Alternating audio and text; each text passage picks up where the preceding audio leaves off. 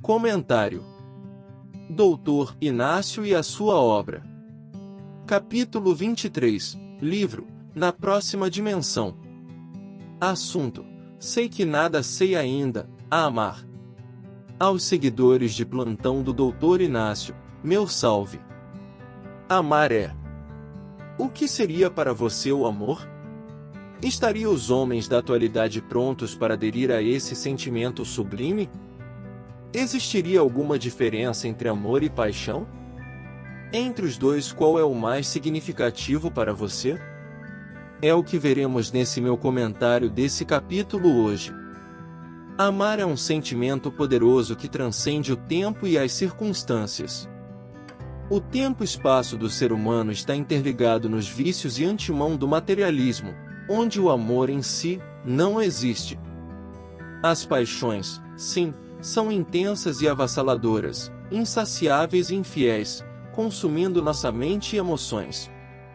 Enquanto que o amor é estar disposto a fazer sacrifícios em prol do relacionamento, as paixões são capazes de nos fazer agir de maneiras impulsivas e irracionais.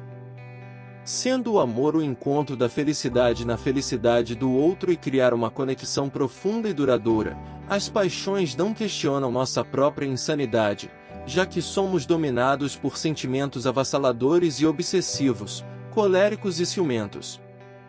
Nesse capítulo, Dr. Inácio narra a palestra de um mensageiro das altas esferas, relatada em seu livro, Na Próxima Dimensão, através da mediunidade de Carlos Bacelli, e ele inicia sua pregação: quem se nega a seguir adiante, sustendo aos ombros a cruz do próprio testemunho, não terá alternativa que não seja a de se demorar nos vales da desilusão e da dor. Aqui está o sofrimento da humanidade.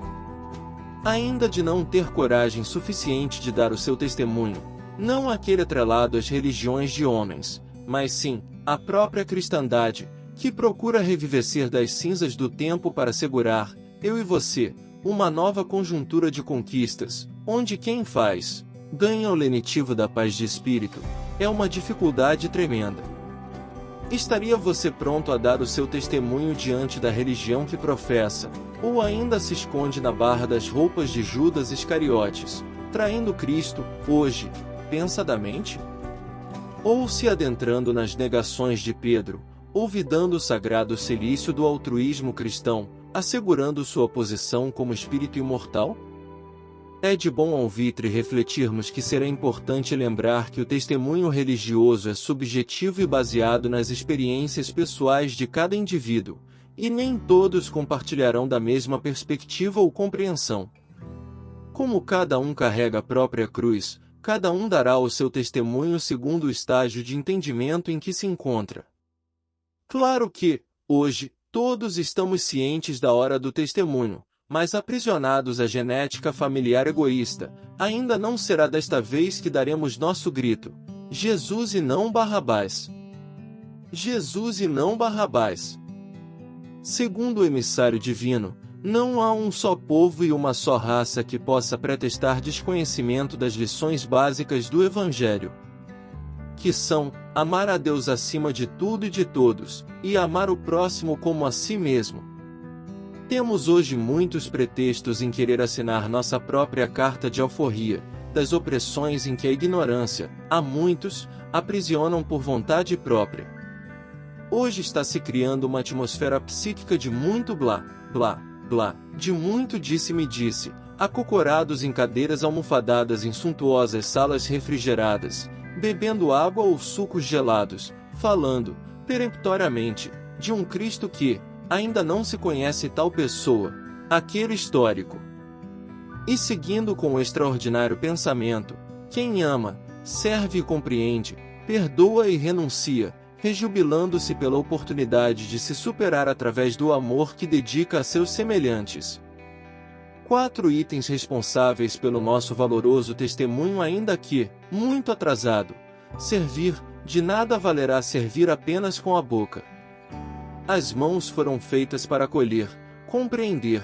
Se não compreendemos a dinâmica existencial em que moramos hoje nesse mundo, difícil compreender opiniões de outrem que, segundo seus humildes palavreados, classificaremos como injúrias e difamações. Perdão. Esse então ainda estamos longe de atestar nosso sacrifício cristão, pois que, mesmo dizendo com sinceridade através de palavras compreensivas, o coração ainda não se desgarrou daquele pântano de mágoas em que aterramos nossa consciência passiva, as obscuridades de comportamento aleatório do ser ainda não integral, renúncia.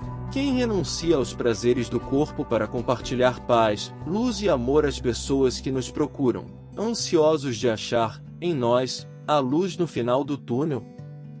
Quem de nós deixaria uma rodada de futebol, matando tempo precioso em piscinas de clubes, num churrasco entre amigos, ou enterrado vivo em casas suntuosas onde seu mundo ali criado é a parte do mundo que engalfinha fel nas mãos e nos passos de todos os andarilhos que todos somos?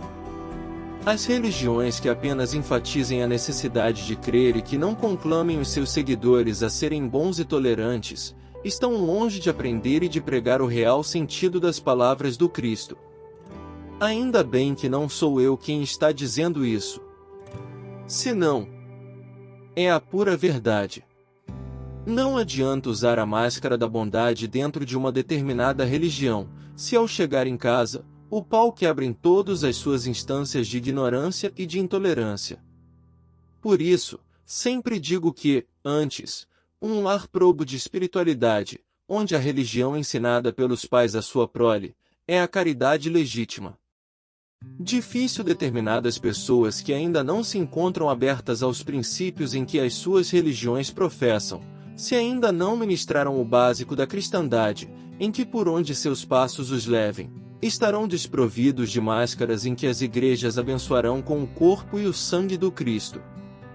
Fica a dica. E para fortalecer meu raciocínio no parágrafo acima, o iminente mensageiro continua: o religioso sincero é aquele que, em seu relacionamento com Deus, jamais excluiu o próximo, seja ele quem for. O que redime o homem são os seus atos, e não a sua aparência piedosa. Curto e grosso. Falou pouco, mas disse tudo.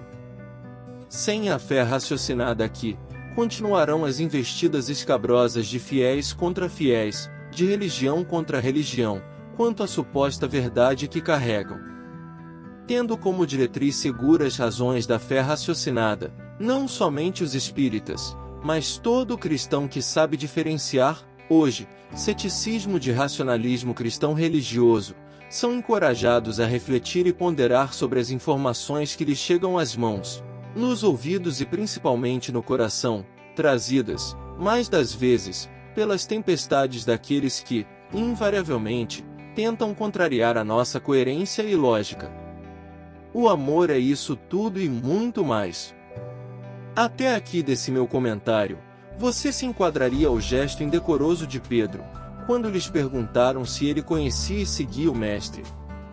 Deixo para vocês refletirem. E para terminar esse meu raciocínio, uni-vos, amai-vos e serve sempre, eis o lema para quem almeja um melhor aproveitamento do tempo, em qualquer situação em que se encontre, nas múltiplas dimensões em que a vida se manifesta. Pelo menos já pensou sobre isso? Mudar então? Comigo, meu caro leitor amigo?